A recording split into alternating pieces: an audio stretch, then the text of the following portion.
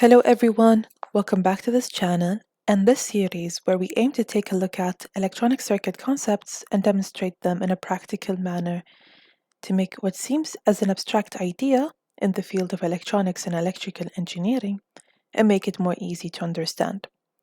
This video aims to look at inductors, more importantly, series inductance and parallel inductance. Before we get on with the video, if you'd like to support this channel, you can do so through subscribing and sharing this video with your friends. I've also recently joined Patreon where I share the notes of these different videos. So if you'd like to take a look at the notes behind this video, you can do so through Patreon. The link is in the description below.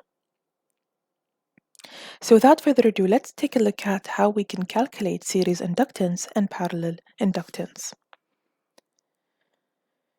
The equivalent inductance of two inductors in series can be found using this expression, where the equivalent inductance for inductors in series is just the sum of these inductors.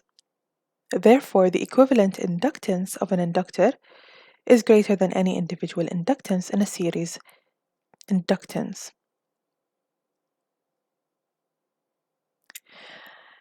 As for parallel inductance, we can calculate the equivalent inductance of inductors through this equation.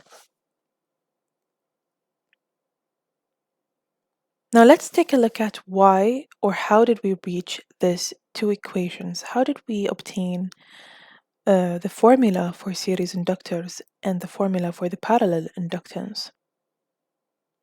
Remember, in our last video, we talked about the voltage on an inductor.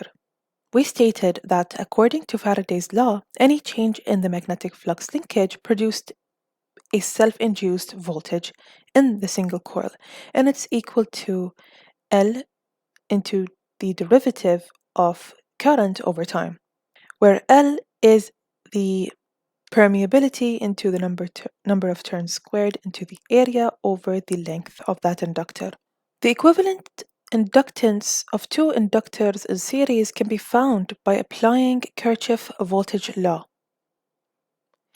Taking the voltage drop across the first inductor to be L1 into di by dt, which is the derivative current, as we've seen in our last slide, and the voltage across L2 to be V equals L2 into di by dt, we get the following equation.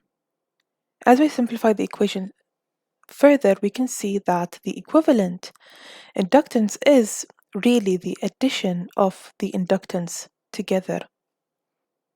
Therefore, generally, the equivalent inductance of any series inductance circuit can be found by adding up the individual inductors.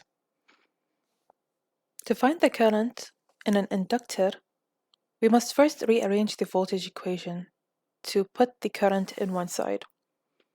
After rearranging the equation and integrating both sides, we yield the following equation. This equation will be helpful when we look at parallel inductance. As for the parallel inductance, to find the parallel inductance for two capacitors in parallel, we can apply Kirchhoff's current law to the junction where the current splits. As you can see, I total splits into I1, the current flowing in inductor 1, and I2, the current flowing in inductor 2. Remember that the voltage is the same across parallel elements. Therefore, it's the same for L1 and L2. To find the current, we can just integrate the voltage, and therefore, finding the I total would yield the following equation. As you can see, by further simplifying the equation, we can find that the parallel inductance is equal to 1 over L1 plus 1 over L2. And therefore, we can generalize this equation to find the inductance of a parallel inductance circuit as follows. Thank you for watching this video. And if you found it useful, consider subscribing to my channel. Or if you'd like to support me, you can do so through Patreon, which you can find in the description below. Stay tuned for the next video. And as always, thank you for watching.